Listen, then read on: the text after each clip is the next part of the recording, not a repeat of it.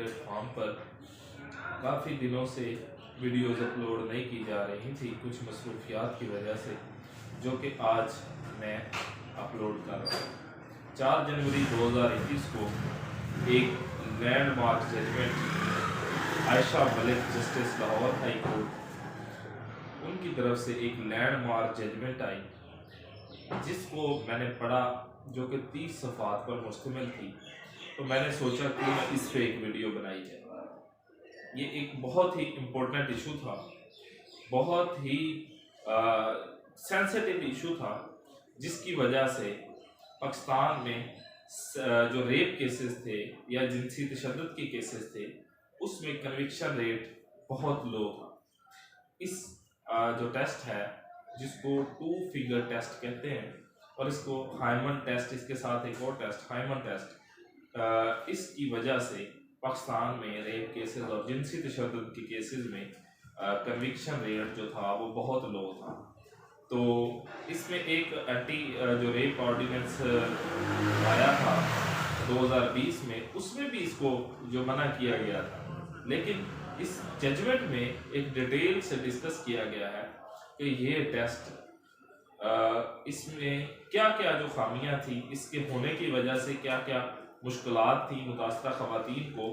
और ये कौन कौन से कवानीन की खिलाफ वर्जी थी जिसकी वजह से इसको बैन किया जाना चाहिए, इसको रोका जाना चाहिए। कोई भी मुतासरा ख़वातीन का ये टेस्ट नहीं होना चाहिए। उन्होंने इसमें साथ ही वफाकी और सूबाई हुकूमत को एक ऑर्डर जारी किया कि इसके हवाले से कवानीन बनाएं ताकि ये जो टेस्ट है ये ना किया जाए। जो 2 फिंगर टेस्ट है या हाइमन टेस्ट है, इस टेस्ट को अब मेडिकल प्रोटोकॉल्स जो पाकिस्तान के हैं उसमें से हटा दिए गए। इससे पहले ये औरत की जो प्राइवेसी है, जो कि राइट टू लाइफ और राइट टू डिग्निटी है, आर्टिकल 25 की खिलाफ वर्जी थी, आर्टिकल 14 की खिलाफ वर्जी थी, आर्टिकल 9 की खिलाफ वर्जी थी, जिसको वो उस मुतासरा ख़वातीन की प्राइवेसी को पर हमला किया जाता था इस टेस्ट के ज़रिए। तो इसके साथ साथ पाकिस्तान के अलावा जो है काफ़ी सारे ममालिक ने इससे पहले ही इस टेस्ट पर पाबंदी लगा दी थी और मेडिकल प्रोटोकॉल से इसको हटा दिया गया था। इसके साथ साथ WHO वर्ल्ड हेल्थ ऑर्गेनाइजेशन ने भी इसको हटा दिया था। इसके साथ साथ एक इंडिपेंडेंट फॉरेंसिक एक्सपर्ट ग्रुप है जिसमें 18 ममालिक तकरीबन शामिल है, उन्होंने भी इस जो टेस्ट है इसकी कोई साइंटिफिक वैल्यू, उन्होंने लिखा कि इसकी कोई साइंटिफिक वैल्यू नहीं है और इसको मेडिकल प्रोटोकॉल से हटा देना चाहिए। ये सिर्फ और सिर्फ हिस्ट्री जो है उसको शो करता है, उसकी पास्ट, किसी भी मुतासरा ख़वातीन के पास्ट को डिस्कस किया जाता है जिसका उस केस से कोई ताल्लुक नहीं होता। यही बातें जो है justice learner justice Ayesha Malik साहबा, जो कि लाहौर हाई कोर्ट की जज हैं, उन्होंने अपने फैसले में लिखा और इसकी वजह से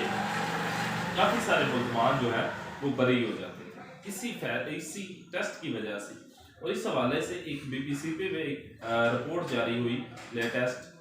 जिसमें ये कहा गया कि एक 16 साल जो खातून थी, मुतासरा लड़की थी, उसको रेप का निशाना बनाया गया। उसके बाद उस बच्ची के जो वालिदैन थे उनको धमकाया गया कि आपने कार्रवाई नहीं करनी, लेकिन 6-7 दिन के बाद उन्होंने जब मेडिकल रिपोर्ट करवाई तो उस बच्ची के बाकी मेडिकल प्रोटोकॉल के साथ साथ ये टेस्ट भी किया गया और ये टेस्ट में आया कि ये बच्ची बच्चन नहीं है। तो इसी बिना पर, हालांकि मातहत अदालत जो कि सेशन कोर्ट थी, उन्होंने उस बंदे को, उस मुलज़िम को 10 साल की सज़ा और 1 लाख रुपये जुर्माना सुनाया, लेकिन जब इस फैसले को मुलज़मान ने चैलेंज किया वफाकी शरई अदालत में, तो वहाँ उसकी ये सज़ा ख़त्म कर दी गई और उसको बरी कर दिया गया। तो ये बहुत बड़ा सवालिया निशान था। किसी भी खातून के माजी पर जब सवाल उठाए जाते थे इस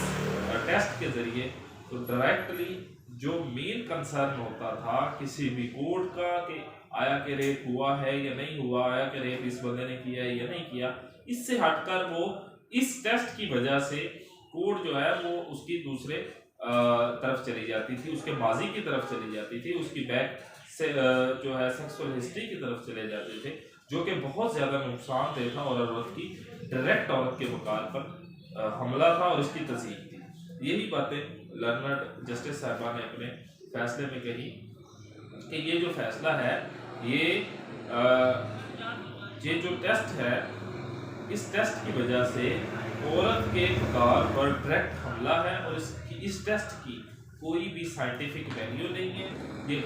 गैर आईनी टेस्ट है, ये औरत के वकार के खिलाफ टेस्ट है। और इसके साथ साथ इस फैसले में ये भी लिखा गया कि कोई भी औरत जो अगर वो माजी में कोई सेक्सुअल जिनसी जो है ताल्लुकात रखती रही है, तो उस रेप से डायरेक्टली उसका कोई कंसर्न नहीं है और उस केस से कोई कंसर्न नहीं, लिहाजा ये टेस्ट जो है वो गैर आईनी है, गैर साइंटिफिक है, इसको जो है फौरन ख़त्म करना चाहिए। और उन्होंने ये भी लिखा कि ये औरत की प्राइवेसी के हमला जो है वो तसव्वुर किया जाता है, किया जाना चाहिए। और रियलिटी में भी यही है कि औरत की प्राइवेसी और उस पर ये डायरेक्टली हमला ये बहुत तकलीफदेह टेस्ट है, तो और औरत के लिए सदमा है। उन्होंने ये अपने फैसले में लिखा, ना ही WHO के मुताबिक ऐसा कोई टेस्ट साइंसी है और इसके साथ साथ ये गैर मेयारी, तकलीफदेह और मुतासरा शख्स के लिए बाइसे तकलीफ और बाइसे सदमा है। इसके साथ साथ 2013 में भारतीय सुप्रीम कोर्ट ने भी इस टेस्ट को बैन कर दिया और उन्होंने लिखा कि चाहे ये मुतासरा खवातीन की रजामंदी से लिया जाता है, लेकिन लिखा यही होता है लेकिन ली नहीं जाती, इसलिए ये टेस्ट जो है ये गैर आईनी है। उन्होंने भी भारतीय सुप्रीम कोर्ट ने भी इसको गैर आईनी करार दिया। इसके साथ साथ ये लड़की के खिलाफ इस्तेमाल किया जाता है, ये केस में सिर्फ और सिर्फ लड़की के खिलाफ इस्तेमाल किए जाने वाले एक आले के तौर पर इस्तेमाल किया जाता था, जिसमें वो जवान जो है आसानी से रेप केसेस में बरी हो जाते थे। इसके साथ साथ जो है ये टेस्ट बहुत ही एक वकार के खिलाफ तकलीफदेह और औरत की तज़हीक तसव्वुर किया जाना चाहिए। और इसके साथ साथ मुतासरा शख्स का अगर मुतासरा शख्स, इसमें फैसले में लिखा गया, अगर कोई वो मुतासरा शख्स, मुतासरा जो औरत है वो अगर इस बात की आदी भी है तो भी उसका रेप किया जाना का किसी को इस्तेकाब नहीं है, किसी को हासिल नहीं है। इसलिए जो है ये टेस्ट गैर आईनी, गैर साइंटिफिक है और औरत के वकार पर हमला है। और इसके साथ साथ अगर ऐसा घिनौना जुर्म कोई बंदा करता है और किसी खातून के हवाले से,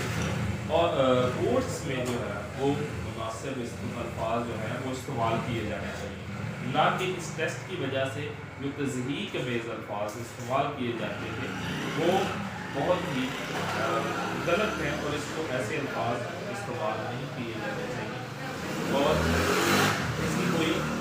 फॉरेंसिक जो है वो वैल्यू चुके नहीं है। और इसके साथ साथ कानूनी तौर पर भी पाकिस्तान में इसकी इम्प्लीमेंटेशन एंटी रेप ऑर्डिनेंस के जरिए कर दी गई थी और ये एक लैंडमार्क जजमेंट थी जिसमें डिटेल तौर पर डिस्कस किया गया कि क्यों ये गलत है, क्यों ये नहीं किया जाना चाहिए और इसको फौरी तौर पर रोकना चाहिए और किन किन ममालिक ने रोक दिया। तो आज के लिए इतना ही। आप अगर नेक्स्ट वीडियो में इंशाअल्लाह नई मालूमाती जो है लीगल नॉलेज के हवाले से आपको